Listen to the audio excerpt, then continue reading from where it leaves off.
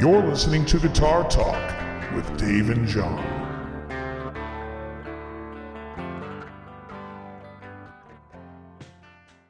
Good morning, everybody. Hey, good morning, everybody, or afternoon, or evening, whenever you're watching this. This is Guitar Talk. Yeah, it is. That's true. Oh, all righty. Yeah. You're listening to Dave. I'm not Dave. Dave's not here. Dave's not here. A Cheech and Chong bit. Dave, I got the stuff. Open the door. Dave? Yeah, man. Dave's not here. All righty. So, what happened this weekend? You get any gigs? What'd you do? Yes. Yes, we did the Pork Chop Express gig, as I like to call it. Oh, that is correct. Yes. Yeah, the Pork Chop Express is our mostly rock covers that we do, like live band karaoke stuff. And that's good. It's a good band. It's a really good band. Right. If I might toot my own horn for a moment, that is a very tight band. Good. So it's fun to play. It's always fun to play that show because it's just, I don't know, the music is just nailed. Everybody's on point. The drummer is really, really tight, and everybody's kind of like really worried about getting everything right. So everybody's on point. The band's in Flavortown. Ooh, little Guy Fieri. When you say on point, that's all I think about. The Chili's on point really kicks you into Flavortown. I could listen to this song off my flip-flop. I'm going to switch to some earbuds here. All righty, good. Cans. Nice cans. Yeah. Exactly. Oh, yes. So, yeah, we so played. So that's great. This was at like a brewery or something? What was it at?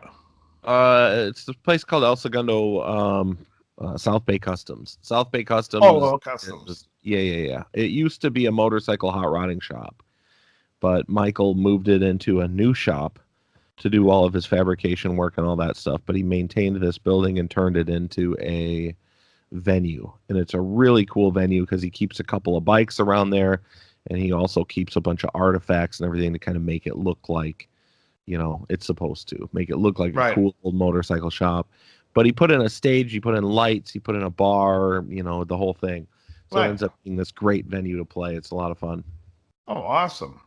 Yeah, I played an outdoor thing on Saturday. It was at this brewery, kind of similar to when I go up north and play. There's a brewery that does an outdoor event. This was like an outdoor event really close to home. I was filling in for a guy. I was playing with a guy who I've never played with before. And the crowd loved it. We were just doing acoustic 70s, some 80s stuff, and it went really well. It was a real easy gig. They fed us. They had barbecues going, and it was good. Oh, I love that mug. Let me ask you if you can hear this. That sounds like a delicious cup of coffee through a Dave's Guitar Channel mug. Look at that, folks. Oh, my goodness. That is a good-looking mug. I don't know if you can see the inside of it without me spilling coffee, but hey-oh. Oh, yeah. Nice. It's the red room. Yeah, buddy. You awesome. know, I've had many coffee mugs in my day, but not one that could hold this quantity of coffee and keep it warm and pleasurable for as long as it does. It is a girthy mug. It is a cool autumn morning here in Southern California, and I can only find one way to wake myself up with this. Like an Arizona sunset. Like a sweater fresh out of the dryer. The Dave's Guitar Channel coffee mug, it adds a bright flavor to the coffee without muddying the palate of the bean. I got nothing. The unfocused mids. Right. Okay. It'll focus the mids of your coffee. All right. So that was my gig then, and then how was your tone at your gig? I was acoustic. It was great.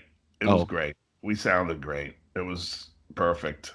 And for the last set, they wanted us to move inside. There's which was easy because that break, we just took like a 10-minute break, moved stuff, and it was Gentlemen, great. grab your shit and get inside. Wait, what? Yeah. Well, no, we knew it was going down because we were using their outside PA when we started. So we set up the inside PA already.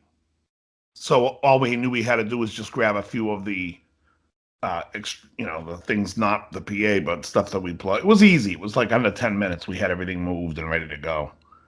Right. And we took an extra 10-minute break, and then it was good. We went and played and finished it off. It went great. They loved us. And then this weekend coming up, I have a huge outdoor barbecue by the lake up at Lovell Lake, which is about 2 hours from here. Sounds great. And yeah, and then Sunday, I have a gig in Newport, Rhode Island in the afternoon, and that's a fun one. So when you do the barbecue, I have a little theory. I think you should see how many pounds of meat you can shove inside of you before you play a gig and see it, and if you can stay awake. Yeah, I'll be like the French. I'll be like Orson Welles doing a commercial. Right. What was that commercial?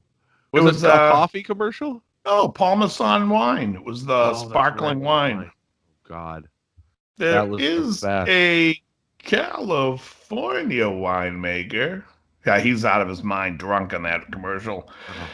Folks, if you get a chance, look up Orson Welles commercial where he's doing the Parmesan commercial completely shit-faced. It's brilliant.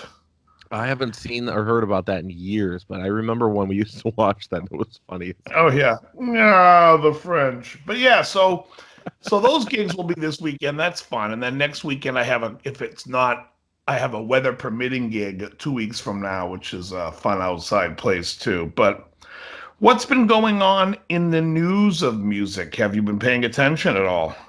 Well, before we jump into the news, I want to talk a little bit about my tone from this weekend. Oh yes. Yeah, so I don't know if we talked, but I got another amp because I can't have one for longer than a week. This is true, folks. God Get used to it. This is this is a good one. Under? Ooh, this is episode. Ooh. Is it 38 or 39? What 39. Episode is this? 39. Okay. If this is episode 39, folks, by episode 50, what are the odds John still owns the amp he just got? That's what I want in the comments. I think a better over-under would be by episode 50, is my wife going to divorce me for all of this shit? Yes, the answer is absolutely. Yeah. You're going to have this amp, you're saying? You're going to keep this one? I'll trade her in for this one, yeah. So... this one is over here. Here we go. Oh my God, here we go. This is the new one. Hello, everybody. Well, that looks like a Friedman. If I had to take a wild stab at it, that looks like a Dirty Shirley. It is. It's a Dirty Shirley, but it's a little bit special. Okay. It's the only one like it in the world. It is a two-channel Dirty Shirley. Wow. Okay. He made this special for you? He did. He made this one custom for me. And okay.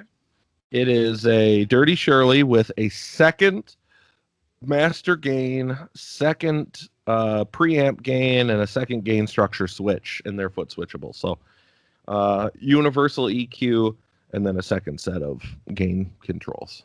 Wow. Basically, and volume. And it's super good. Super good.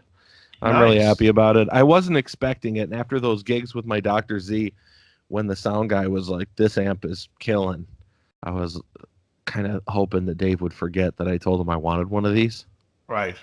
You know, I said, please forget. Because when I was there the first time and I talked to him and I was like, I want one of these, I said, should I give you a deposit? And he's like, nah. And I'm like, he's never going to build this thing. It's just never going to happen. So I was like, okay, all right, whatever. And, here we are 2 weeks later. Hey, man, your amp's done. I'm like, shit, no. I gotta pay for this. How am I going to do that? that conversation initially happened when I said, should I put a deposit on this? I want one of these. Happened before my sound guy was like, that Dr. Z kills. I mean, I knew it was a good amp, but so I was like, whatever. Anyway, so yeah, I'm thinking, please forget. And he didn't forget. So I didn't come out of I just came out of credit card, not out of pocket. Right. I came out of credit card for this.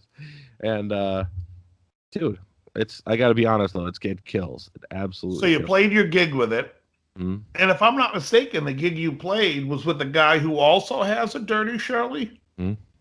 All right. See, folks, I am paying attention. He is. Check your score sheets, everybody. Now, if you go back a number of episodes, you'll hear me say during an episode where we talked about flavors of the month, how much I like the Dirty Shirley, but also I think I said something to the tune of like how Dave Friedman's kind of got that flavor of the month thing going on right now in the industry. Yeah, so Dave Friedman right now really seems to be like the flavor of the month in the guitar amp industry. I mean, he's kind of like a gooey, caramel-filled vanilla. I just want to lick right off a cone. So I mean, Friedman's known for making great amps. You're known for buying amps nonstop. So this is true. No, it is. It is true. All right. It is. I never buy amplifiers. I know it's a problem. Wall behind me. It's a big problem. Yeah, exactly. You have none. No. So yeah, I mean, it's an interesting thing when you can, you have that at your, you have the opportunity to have Dave Friedman mod a special amp for you, make it from scratch. Here's the question: what are you getting rid of? Is there anything you're getting rid of? Maybe somebody here on the show wants to buy one of your amps. I already sold the Z. That went quick. You sold the Dr. Z? Yeah. Sold it for yeah, I mean, I got to pay for it. The one that people said was the greatest tone ever. The best sounding amp I'd used so far. Okay, but now they're going to say that about this one. Okay. Or else they're fired. Now this amp is called. You're exactly. So the mod you're the one that you got. He's calling it the Dirty Shirley Hemphill. I don't know who Shirley Hemphill is. She was Shirley on What's Happening. Ooh, this one should be I don't know, the Dirty Laverne. I don't know. So let me ask you. So, what other amps do you have in the wayside that are itching to go bye-bye? Diesel Lil Fucker. Oh, that's the one. That's the other one that's to go. I have it on. That's a real expensive amp, isn't it? The Diesel. Yeah. I made a couple of moves these past couple of weeks when I found out that this was happening, and I was like, crap. So I had a guy that was asking me if if I would trade straight up my Splon for that Diesel, and I really liked the Splon. The Splon was sick, but the Diesel's worth about $500 more on the used market. So knowing that this is all of a sudden happening, I made that trade just for the sake of moving up. Sure. Sorry about that. It's a little Star Trek action for you. Whoa. Right. It's okay. Yeah. Anyway, I made that move, and so I have that one sitting here. I had no intention on keeping the Diesel. This is the Friedman was the one that I'm ultimately like aiming for. But and the Diesel is 100 watts or 120? What is the 100 Diesel? 100 watts, KT77s, and 2 channels. First channel is like clean to crunch, and it sounds really good. It's got that bouncy Fendery sort of clean. And then, you add the preamp gain into it a little bit, and it gets a nice amount of bite. And then the dirty channel, if I was going to describe the dirty channel, it's got that 5150 sort of sound to it, but with a little bit more like low end thrust. It's really got a lot of punch in that like low mid. Now, have you seen the show where the guy goes and the whole show is about trading up? Mm-hmm. He starts with a small item and he goes and trades. It's like a whole bartering thing. He goes to, it used to be a thing on Craigslist called barter. Mm. But he would always trade up, and at the end of the show, you see how much value he's gotten out of the first thing he started with. Right. Yeah, that's what I felt like when you were saying when you were talking about the diesel. Because it is a pretty good idea if you're going to get something. Although the Splon may sell faster, the diesel is definitely something somebody's looking for, and you're going to get more out of it cash wise. Right. Yeah. I feel more like what I do rather than what that guy does. I think I start with like $2,000 and then I end up $45,000 in debt. Right. It's a different approach, I think. It is. Yeah. It's called the wrong approach. But that's Oh man. So, yeah. now the Dirty Shirley is 40 watts, if I'm not mistaken. Yeah, that's what he rates it at. I think he's underrating it a little bit. It's got big transformers in it, and it's got a pair of 5881s, which is basically an EL34. Or 6L6, actually. Is it 6L6? The 5881s I thought was a 6L. Isn't it a You might have me on that one. All right. So, yeah, I mean, a pair of 6L6s and a lot of amps on the marketplace are always rated at 50 watts. They're not identical, it says, but they are the most similar. Yeah. So, I don't know. I mean, he rates it at 40 on the website. I'll roll with that. But, yeah, I mean, in terms of its overall volume, I had it at like 2, not 2 o'clock, but at like 2 for the show. And we were, me and Chris were both above the drummer. Yeah. So it's like, who cares if it's 40 watts or 18 watts or whatever. As long as you're getting over your drummer, it's all good. Now, was this the live karaoke? Yeah. And how did that go? Went really well. Really well. Folks, if you're doing a live karaoke band, it might be wise for you to start your sets at 9 o'clock.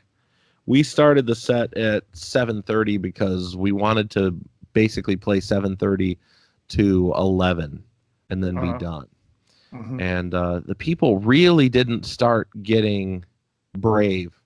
Of course, they need to have a few drinks. Right, slash drunk until about 9 o'clock. So the majority of the first set, we ended up playing and singing. Right. There were a few people that got up and did it. Actually, Julia from the Elvis Simmons band showed up. Oh, nice! And now, she did a couple tunes. She's one of the female vocalists. She is the Paul Stanley face makeup. Oh, okay, very good. Yeah, and she ended up coming and singing a few tunes, and just crushed it. She's got a good voice. She does. She works with what is it, L.A. Opera House or something like that every once in a while. So she's okay. Pretty legit singer, and she came up and just crushed it. She did a Green Day song, and then she did a Billy Idol song. The cool thing about the Billy Idol song is that Kaylee, my daughter, came up on stage and sang that with her. Oh, very cool. Yeah, so that was cute, What was the Billy Idol song? White Wedding. Oh, nice. Yeah. Yeah, for whatever reason. Was there a keyboard player in the band too, or no? No. Okay. No, we just do 2 guitars, bass, drums, vocal. Sure. 3-part vocal harmonies in some songs too. Nice. That's weird. And they liked it. Everyone enjoyed it, and that was always good. That's the part that counts. I mean, after the end of the day, that's the thing that matters. If the person that threw the party had a great time and loved it, just like a warm cup of coffee out of a Dave's Guitar Channel coffee mug, it always goes down smooth, like an Arizona sunset, like a sweater fresh out of the dryer. Oh man! So I got a problem. So that's cool. Go ahead. I got a problem. I need to build a compliment. Blah blah blah. Let's try that again. I have a problem. Take 2. All right. Take 2. Go ahead. Here, we'll give you the clapper. All right. I have a problem. I need to rebuild my pedal board now to complement this amp because this amp is not the same as the Dr. Z. It's quite a different sound. Yeah, so instead of a drive, you would probably need a treble boost type of pedal or a clean boost. Do you have an AC booster? No. Oh. So I have a BB Pre. I have a CMAT Mods. What's it called? Brownie. Brownie, yes. Yeah. My delay pedal I like a lot, and it works well with this amp. I'm going to keep that. The reverb sounds great with this. I have an OD808 from Maxon. That it's okay. I don't know if I really love it with this. I think you're on point. I think it's a treble booster that's needed here, or a clean boost. Because I also have a TC Spark Mini. You know the Spark Mini? Yeah. Yeah, folks, for $50, that's a hell of a pedal. Yeah. I put it in the effects loop and use it as a volume boost. Yeah. So if I want to do a solo boost, that's what I use that pedal for. And it's very transparent. Sounds great. But if you need that, But does the Shirley not have a boost? The Shirley has, no, traditionally it's a single channel amp. Right. This one I set up to be 2-channel, but I set the first channel to be kind of like edge of breakup, and I set the second channel to be the rock channel. Sure. So, all right. So what's in the news this week? Tell me. I saw. Well, I mean, I don't know what's in the news, but I did see that Dean is countersuing Gibson for That's maybe juicy. what's called unfair competition. Maybe it appears that I also, I know they're also filing so that they lose their right to trademark, which would be like a Latches type of thing. I see they're also, but I guess they went to certain dealers and basically went directly to the dealers to tell them not to deal with Dean, which is very stupid. And a dealer came out, or some dealers came out with like actual writing or something that's going to implicate them? Yeah. Wow. Emails. I think one of them was a place called like Carlino's up in Massachusetts, which I've heard the name, but I've never been. But I know he does like a lot of heavy metal hero guitars. That's unbelievable. Yeah. I can't believe that they would like send out a letter like that. That just seems, wow, that seems really, really, I mean, forget the fact that it's ballsy. It just seems like boneheaded. Yeah. How does You know what's funny about department Dean feel is like they get away with that? I didn't realize they were making the dime bag guitar, Dean, and then they stopped making guitars. And Washburn came in and started making that guitar for Dime. Mm-hmm.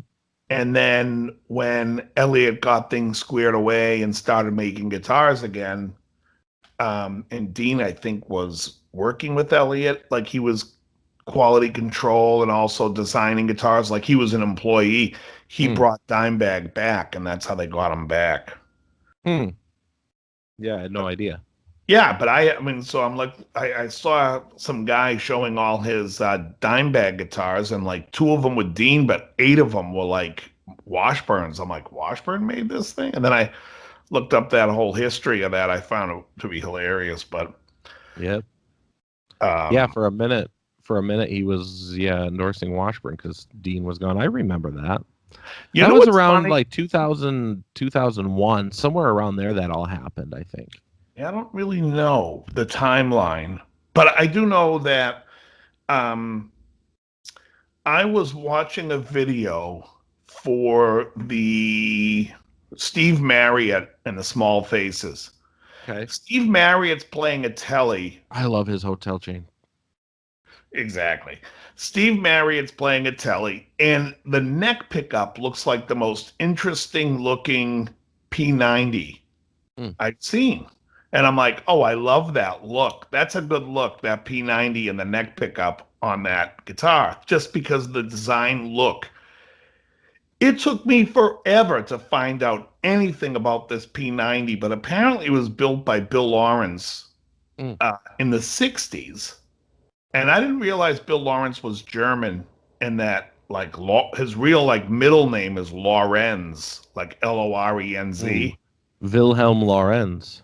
Yes, and his last name is like I can't remember. You can look it up. But anyways, he says I'll put it here on the bottom. He says it's called the Lawrence True Sound P90, and it took me forever to find anything about it. It was just ridiculous that I couldn't find anything or why it stopped. But apparently, Mike Oldfield, the guy that did Tubular Bells, and he got it from somebody, but he had a telly also with the Lawrence True Sound P90 in the middle position. But I'm surprised that nobody's making this pickup. Ooh, business opportunity. Yeah, I mean, come on, guys. Somebody make that. I think it was a cool looking pickup. It looks good in the neck position. If you look up Steve Marriott, in fact, you can watch him play it live. There's a live YouTube video of them playing a song called Song for a Baker. And I'm trying to think of the guy's name that sang it because it wasn't Steve Marriott. Was it Ronnie Lane? Oh, I see that pickup right now. I'm looking at it. It's like silver surrounded by black. It's got like a... I think I'm looking at the right one. Yeah, put it up. Downloads. All right, yeah, I'll post that picture for you so you can see the pickup. But do you see, and you can also see it on Steve Marriott's guitar. It's just interesting because it looks like an interesting pickup. The write-up on the pickup back in the day was great. And hold on, let me just see who owned the guitar besides Mike Oldfield. Now, Bill Lawrence is a pickup maker whom I have zero experience with. I've seen the pickups. Yeah. I have never played on a guitar that had like a real Bill Lawrence made like XL 500 or anything like that. Well, yeah, they came on those dime guitars. I never was a fan of this. Just so you know, I'm not a fan of Bill Lawrence. He's responsible for the S1 switching system for Fender. And everybody knows what I think of that piece of crap. They're still putting that in a lot of stuff. But it was Mark Boland from T-Rex. Oh, okay. Who initially owned it. Okay, got it. And there's a video of it. I just thought it was funny that this guy had this pickup and it's from the 60s and nobody knows what the hell it is. So, have you ever had a guitar with a XL 500 in it? No. No. I am not a fan of Bill Lawrence pickups. Right. I'm just curious. I know that Alex Lifeson had it in a guitar back in the 80s, and Nuno Betancourt used that. Yep. And I like Nuno's guitar sound on a couple of those Extreme records. I'm not a fan of the band, but I liked his guitar sound on some of them. So yeah, I don't know. I wonder if it's one of those pickups that just like some guys make it work and everybody else it's kind of weird and abstract and they have a hard time with it. Well, the important thing about Nuno's sound is that piece of wood that focuses all the mids. There you go. No, I mean, Nuno, I don't know if I care for Nuno's tone. It's, 80s rock metal, nothing out of the ordinary from, like, let's say, George Lynch, Warren DeMartini. All those guys pretty much have a similar... I don't know, maybe it's just that he's a far better player than those guys that make yes, he is. That make it sound tighter and more articulate and... Yeah, that pick attack is it's right there. Yeah, it sounds great. It's on point. It's on point. It's in Flavortown. Right. My Nuno's a great player. Yeah, my guitar player friend that has the Shirley as well was at one of these stupid guitar concerts recently where it was Nuno and Zach Wilde and I don't remember the other guys. Maybe Paul Gilbert or something. I don't know. But he was telling me at that show that Nuno kind of stole the show. Best sound overall, best playing overall. He was like the guy just rips, But he was telling me that he was just playing a DSL 100. And he said it sounded incredible. Yeah. So, I don't know. It just goes to show you. A real DSL 100 or the new DSL 100s? English one. The real one, the original JCM 2000. Yeah. Good. It's just which is weird because I know he was Randall in Dorsey for a long time, but I guess he was playing that and he just Nuno was. Yeah, it just sounds like he crushed everybody else. Which doesn't really surprise me. I think at the end of the day, it all comes down to like what kind of player you are. Yeah, that's all it is. Like in this band with my buddy Chris that I'm playing in, I think he's a better guitar player than I am when it comes to like the guitar soloing and like, the extreme speed stuff. Which I don't do that well, but so when I'm like listening to him playing solos and stuff, like I appreciate his sound even more so than I do my own, but when we turn around, if we play like anything a little bit bluesy or a little bit sloppier, he loses ground there, Sure. where I can make this amp sound nasty. And I think there's something to that. And do you guys to do your any fingers. like quick harmony stuff? Because you're definitely able. So you guys should be doing stuff like Hangar 18 and stuff like that. Well, we're doing a lot of Thin Lizzy. Oh, okay. So we're doing the two-part harmony stuff there. You're doing Boys Are Back in Town for the sing-along part? Yeah, we do that one. We do Jailbreak. We're in the middle of learning Cowboy Song, which is probably my favorite Thin Lizzy song. I am just a cowboy. It's great. Lonesome on the trail. Yeah, it's great too. Oh, man. Oh, so I had a conversation with a friend of mine yesterday. Hold on. I was talking with a friend of mine. Said a woman had hurt his pride. Go ahead.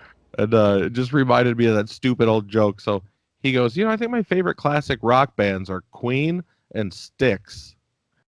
And I said, you know how I know you're gay? Right. One of your favorite rock bands is Styx. Queen and Styx. Just reminded me of that, Stu. What is that? Is that from the 40-Year-Old Virgin? Yeah. No. It's I Love You Man, isn't it? No, it was Seth Rogen. So I think it's 40-Year-Old Virgin. Maybe it is. Yeah, you're right. Seth Rogen, yeah. Oh, man. Can you believe that somebody would just outright say one of my favorite classic rock bands of all time is Styx? Ay. Yeah. Dennis DeYoung or Tommy Shaw? That's the old how you find out if somebody's gay. Hey, I really like Styx. Really? What songs do you like? Come Sail Away, Babe. Oh. Have you gone down to Santa Monica Boulevard at all? A couple of nice restaurants over there you might enjoy. Oof. Hello. Yeah. Just saying. No. I mean, it's the funny thing is my girlfriend, we were talking about it, and I was playing her I was telling her the joke that, I always say about that. She listened to both. She goes, I think they both sound gay.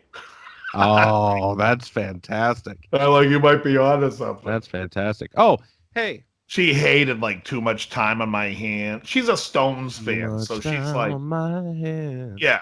So we should talk about this because I'm late to the party, but I have a strong opinion. Go ahead. The reason this conversation came up is because we just watched the Bohemian Rhapsody movie. Okay. So I know you saw it a while ago. And hated it. Yeah, it sucked. Yeah. I don't know how there's so many people out there saying how great it was.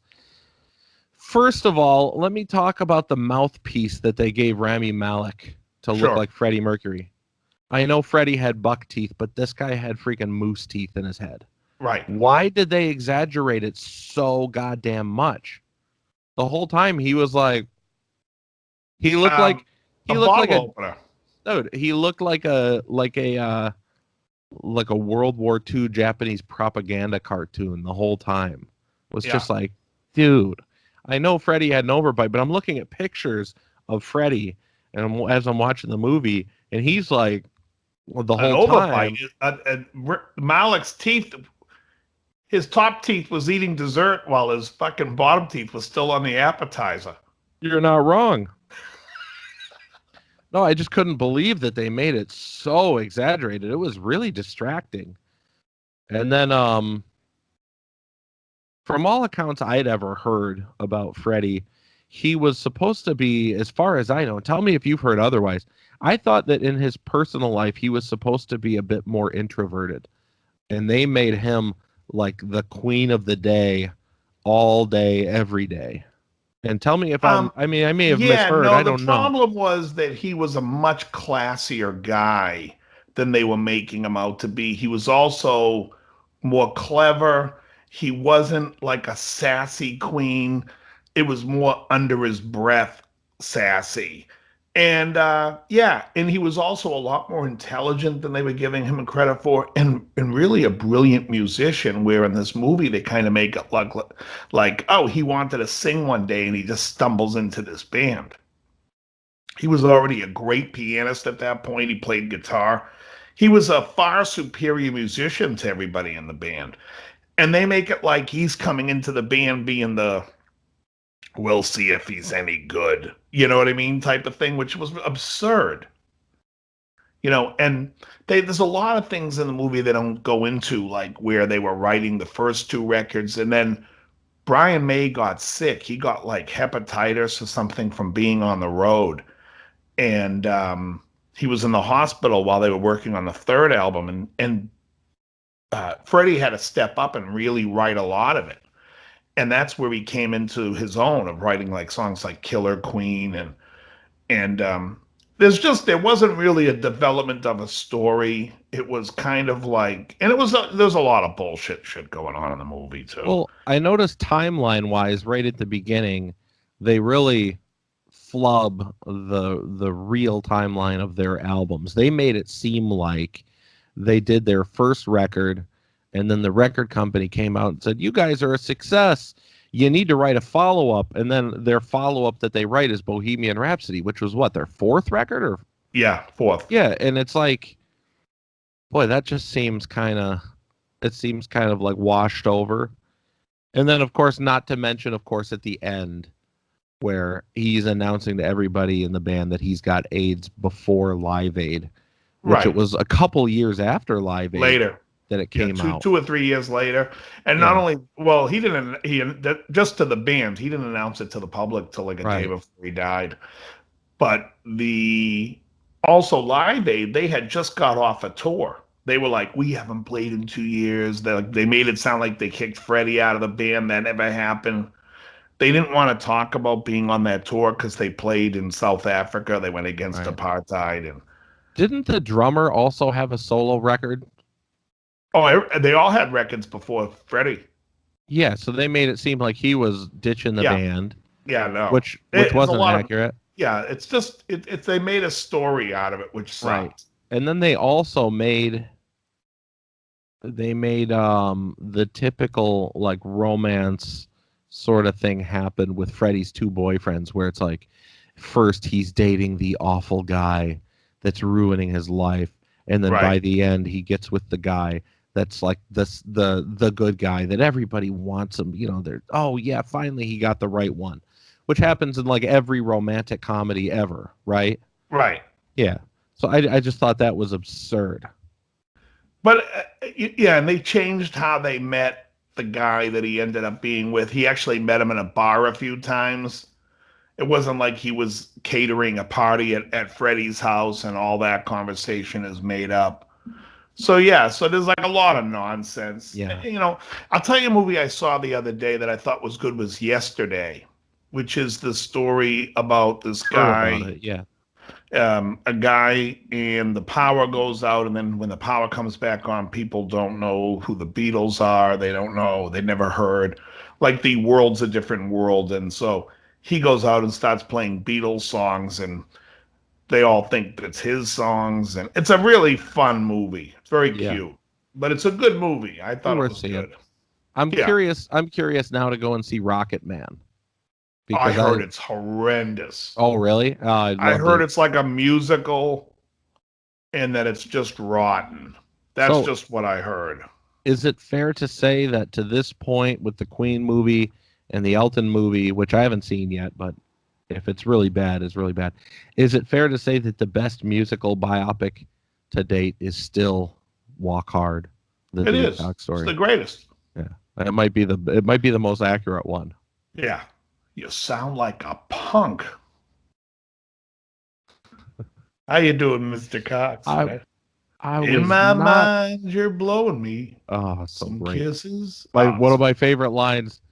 I was not able to reattach the top half of his body to the bottom half of his body. Speak English, Doc. We ain't scientists. Dad, it's the 1970s. They can attach a top half to a bottom half. Oh God. Oh, That's it's so good. unbelievable. Movie's It's one of the great. best. There's my favorite 13-year-old son. Yeah, it really is Come on, great. Mama, you're embarrassing me. Yeah, just Walk Hard is an absolute must see. When she says to him, In I'm fact, so in proud of Walk you, Hard, learning how to sing and play guitar without even having a sense of smell. when Paul Rudd does his John Lennon, Oh, it's your it, favorite. yeah, because in the movie yesterday they have a scene when he's talking to John Lennon, and they have, I don't know if it's CGI, they make the guy look just like if John Lennon were alive in his 70s. But the voice, it's like just a British voice. He didn't have like, yeah, I can't, Paul. He didn't have that deep voice. You know how he always says, right, record. You know what I mean? Like he had always had it that deep. And the guy didn't have a deep voice in the movie. I'm like, that doesn't even sound like Lennon. When I hear Lennon, it's like, do you think Ringo's the best drummer in the world? I don't think he's the best drummer in the band. You know what I mean? He always had that low voice. It's fantastic. It blew it for me. It's the best. Anyway, so yeah, that's what I have for my movie reviews for the week. That's what I have for my amplifiers for the week. I got to figure out what the next step is. Yeah, so people have been commenting on our video about the Ventera series, and I think people are starting to catch on that it's all just nonsense. The Gibsons, like, there's nothing new coming out of these companies. They're not doing anything. Yeah. It's the same guitar. You're much better off buying a Warmoth or buying a used Strat online and then swapping the neck with a Warmoth neck and changing out the electronics and making the thing playable. Yeah. I was considering doing another difficult. Warmoth build, like a type of. I was thinking about doing I had this idea for a Jazzmaster style guitar, baritone C to C or B to B. I just can't seem to pull the trigger on because I'm more interested right now into a small amp that I can take out that I'll like. And I was thinking about something like a 5E3 circuit. And I'm still kicking around that Princeton idea. Get a dirty Shirley. I have thoroughly been enjoying the Kingtone Duelist pedal. Thoroughly enjoying it. Yeah, that's 3 weeks in a row. Yeah, just thoroughly enjoying it. Start raving reviews. It's a great sounding pedal. It does what it does. And I use the Rock Box still too. I think the Rock Box is a phenomenal pedal. It's sounds like it. Yeah, I mean it's hard to knock a pedal. I've been using that Rock Box now going on maybe 4 years, and I still think it's the best sounding versatile pedal there is. Which is a gleaming report. Yeah, it's awesome. You should take a minute and play a Dirty Shirley 112 combo. See what you think. Yeah, I'll check it out. It's so it's kind of it's your Marshall JTM 45 roughly circuit, right, with a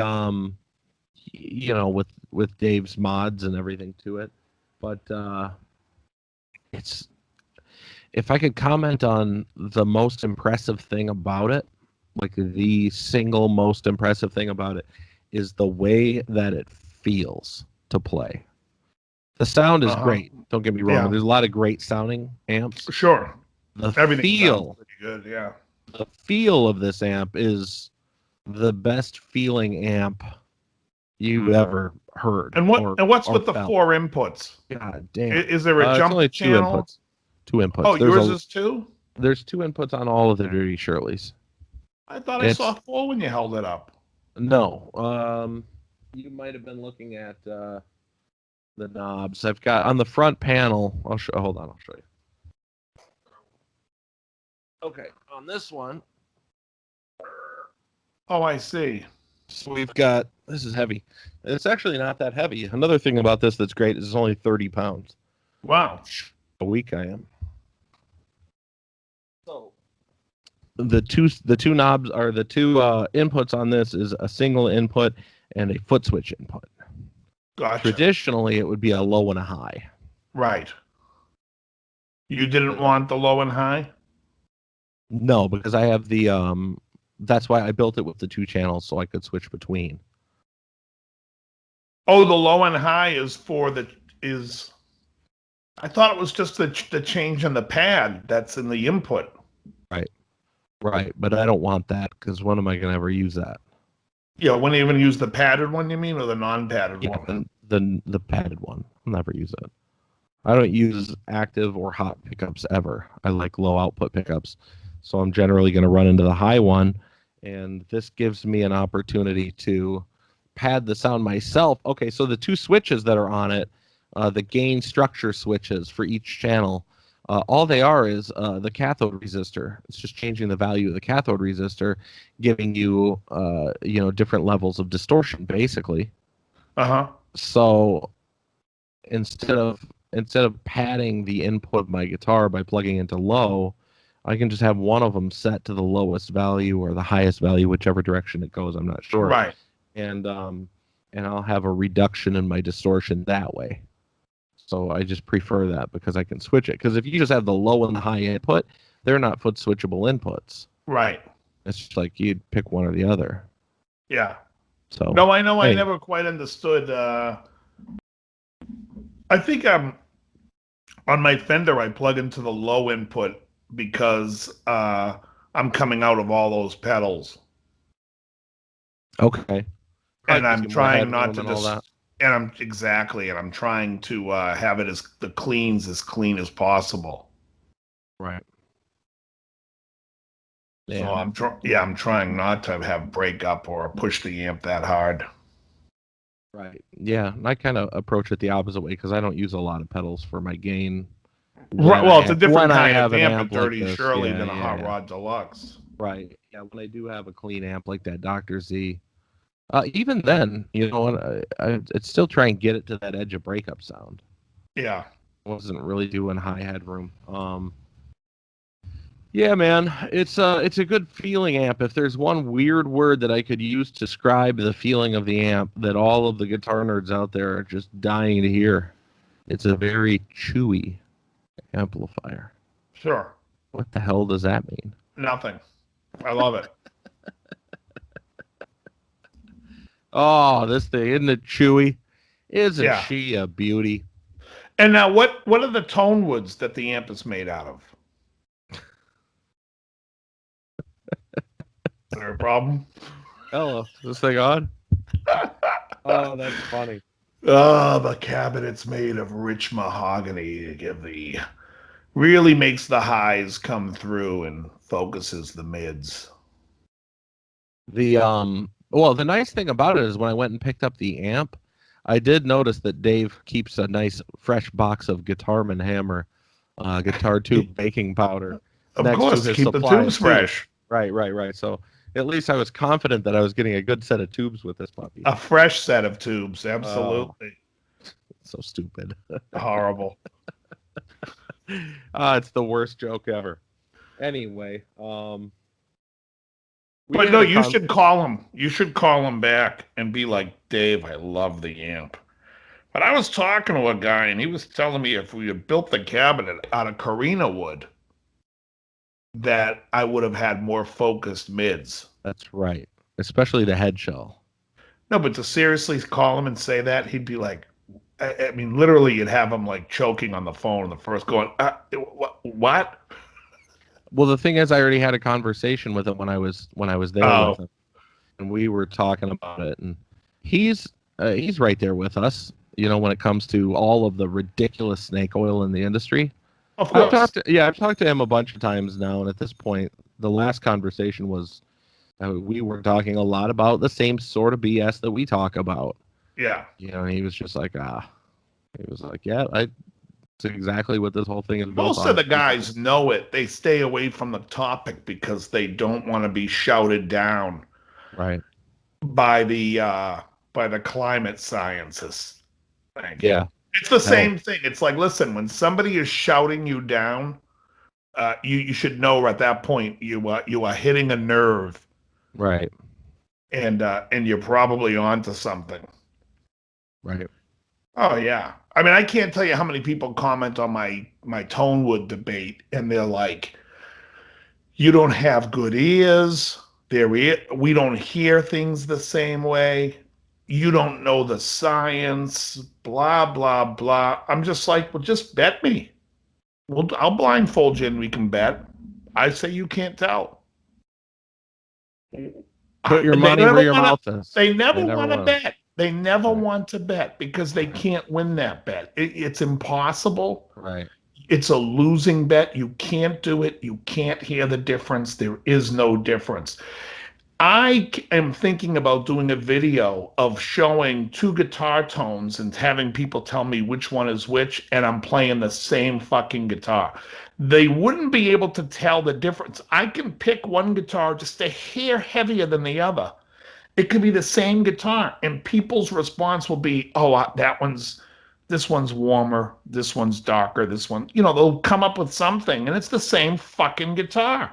Right. You can't strum the same guitar twice the same way. But these people are like, "Oh yeah, it's close, but it's like it's close."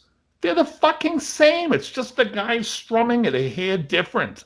Yeah. And there'll always be the people that say, well, that test wasn't scientific enough. If you're really going to be scientific, you need to have used the same strings and the same this and the same that. Right. Even if you use two fresh sets of your D'Addario strings, they'll say, well, maybe the But my point maybe is the that's windings on the one guitar. wasn't the same as on the other one.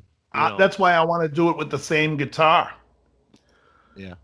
And they'll tell me that they're two different guitars. They'll tell me one's brighter than the other. It'll be the same fucking guitar, and some asshole's going to say they hear the tone difference. Yeah, that's my probably, point. that might be true. Oh, might be true. It's 100%. You can take it to the bank.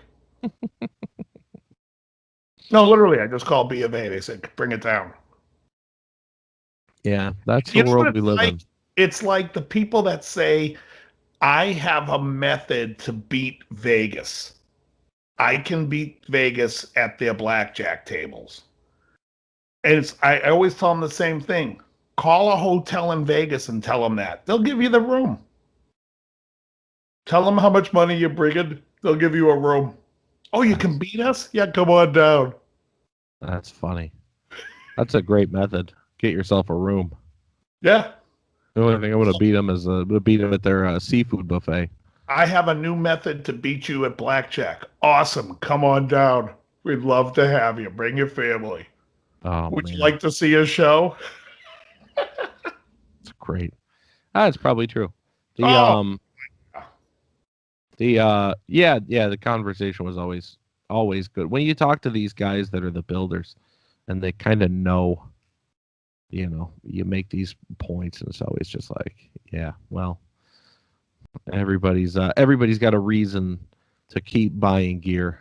Some of them are, some of them are just nuts. It's just, Yeah. it is what Well, it is. I mean, when you talk to the guys who build amps and whatnot, especially when you sit there and they're like, yeah, the pots, the caps all have a much bigger bearing on your sound than probably the minutia thing that you're hearing different. Like you could play two Strats and sit there and go, oh, this one's warmer. Well, it ain't warmer because of the fucking wood, asshole. You know what I mean? Really, I should do a whole video like that. Listen here, shit for brains. I was talking to my other pal about making a video where we go into the we go a step further than the body would. We start talking about the fat percentage that you have around your waist, Right. and how depending on how much water you're retaining, it's going to be absorbing a certain amount of vibrations off of your guitar. And that's why somebody who's in much, much better shape is going to have better tone transfer from from their guitar into the amplifier because they're not absorbing as much through Right. their I'd love for bats. somebody to listen to a Buddy Holly record and sit there and Hilarious. tell me which one's a 54, which one? What do you play, a 50? Which one's a 55? Which one's a 57? Who cares? No, but it's impossible. Yeah, It's no, I know that. nuts. I know that. But at the But same no, time, these- it's like, who cares? Well, I Problem don't. is, a but lot I of these just, guys care. Right. That's I'm unfortunately not we're talking about inundated you with it on on the YouTube. video. No, I understand, but we're inundated with it on YouTube with people saying, "Oh, like Gibson has a new guitar, and on this one they're using this on the fingerboard. That's going to give it this kind of tone." Shut the balls up. You should have heard one point in that conversation with Dave when I was demoing this amp. I'm, because I roll the volume back on the guitar. I think, do you do that as well? I think you do. You play with your volume control on your guitar at all? Sometimes. Okay. It depends on the amp. Yeah, if I don't have, but I have treble bleeds on my guitars now. Right. So now I do somewhat because Right. just You definitely need that. It makes a big difference. So I'm rolling back the volume on the guitar a little bit and like screwing around and just hearing how it cleans up, because boy, what a shocker, the amp cleans up, right? right. But it was just when you pull the volume back, the amp cleans up. It was just funny because I'm playing in our set we play like Motor Breath from Metallica, and we're playing Holiday in Cambodia from was it Dead Kennedys? Okay. And we're playing all of this stuff that's definitely like faster, thrashier, heavier stuff in the second half of that set. And I'm using the same tones that I'm using all night on the other stuff, like the Thin Lizzy stuff and Right. everything else, which isn't really that heavy. I'm not using that heavy of tones. I will admit, when I go to do like the Metallica song, I do put on the Tube Screamer to Right. like hit the front end harder and get that more metal sound. But Sure. the amp doesn't change. But the thing that was so funny about it is I'm sitting there demoing it for Dave, and he notices that I'm playing with my volume control. And he goes, "Oh, hey, you roll your volume control back." And I said, Yeah, I like to, pretty simple. One pickup, a volume control, a push-pull on it. I like to get, whatever tones I want to get without having to, screw around with too many pedals. It's just Right. easy. And he was like, "You should make a video for all these other guitar players out there." And so I kind of laughed, but then I said, "Let me ask you, a day in the life of Dave Friedman, is it people basically coming to you and saying, 'I need 10 times more gain'?" And he was like, "Yeah, that's exactly what it is." He said, "Every single guitar player that comes to me is like, 'How can I make this amp 10 times more gainy and 10 times more compressed?'" And he goes, "That's how I make my money." Like, people are nuts. Wow. Yeah, doesn't surprise me at all. But I don't think a lot of guitar players out there understand what that does in a mix. Bedroom guitar players certainly don't. But Yeah, bedroom guitar player shouldn't be playing a $3,500 amp, though. Right. Yeah. A bedroom guitar player should not be playing the Marshall full stack Jimi Hendrix. Hey, Paul. How are you? That's his bedroom amp. It's a full stack in his bedroom. I think that's great. And the fact he just says, "Yeah, my wife, she's okay with it." What? They got a fucking full stack in the bedroom. I think it's hysterical. It's my bedroom amp. He probably never plays it. No, how the hell could you? What is it? You barely crack it on. All those speakers, that's moving a lot of air. Oh, my God. Unbelievable. Oh, man. It was purple too, wasn't it? Yeah, that's right. That was what it was. I mean, I have my Mesa 412 behind me. That's my bedroom amp. That with this. But yeah, it stinks because you can never crack it on. What's that? Don't even play an amp. Nah. I just practice it out. Oh, yeah, I don't play it at home that much. Every once in a while, I'll throw on this 11 rack. Yeah. 11 rack sounds great. Oh, yeah, it's fun. I still think all these years later, the 11 rack is a really good sounding modeling unit. Yeah. Oh, it is. I think all the modeling units are pretty good. Yeah. There's some good ones out there. They're all roughly pretty good. You know, these guys that make videos that are like, oh, this modeling unit, it's not as good as a tube amp. Well, it depends on what you're using it for. I'll tell you, it's a hell of a lot easier to take it to a gig when I used to take my Line 6 Flex Tone. Ooh, I got to call that repair shop today. They're supposed to be fixing it, and they never call me back. Oh, you've got an issue with it? I don't think I knew that. Yeah, what happens was every time I play it now, the channel starts blinking like I've made a change to the channel, and then the volume drops. Something smart the amp is saying, turn down, asshole. No, I'm not even playing that loud. It's really soft. I used to use it for lessons, and I would take it out to a gig here and there. It's great because you can plug it direct. I actually did a gig with it once, and the guy says, you know, your tone was just a little too bright. And I'm like, well, you know, coming out of the speaker, it sounds effing great. But yeah, I'm sure it might be a little bright coming right out of the back. But you can EQ it. He goes, yeah, I don't like to do that. This is the sound guy. I'm like, are you a fucking asshole? You can't. Unbelievable. Did you ever watch that? Come to me and tell me it's too bright. Did you ever watch that video I suggested? The Art of Grumpy? The EQ guy, or the sound guy? It's the funniest damn thing. You gotta watch that. I want to EQ it, though. I just got the biggest kick out of that. I'm like, oh, you didn't want to EQ it? He goes, nah. He's like, guitar. All right, guitar. You start playing to get your sound check. So turn it down. Turn it down. Keep going. Down more. Down more. Next thing you know, you can only hear your strings on your electric guitar. Can't hear your amp. And he's like, can you turn it down anymore? You're like, no, it's all the way off. Fine, it'll have to do.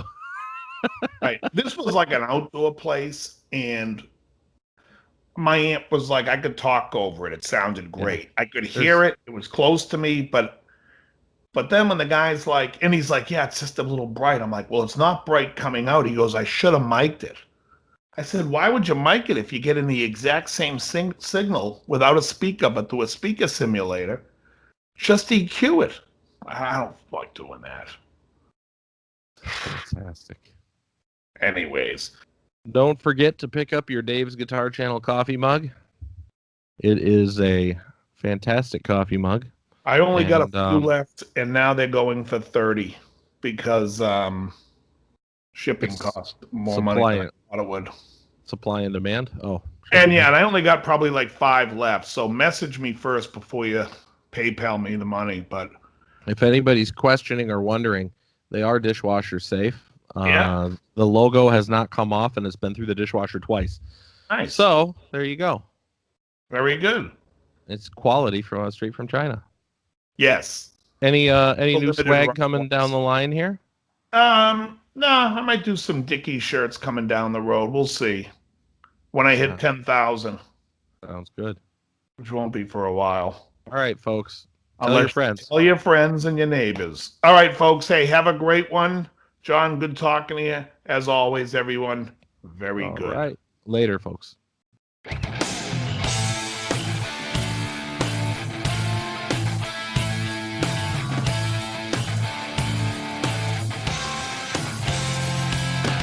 You're listening to Guitar Talk with Dave and John.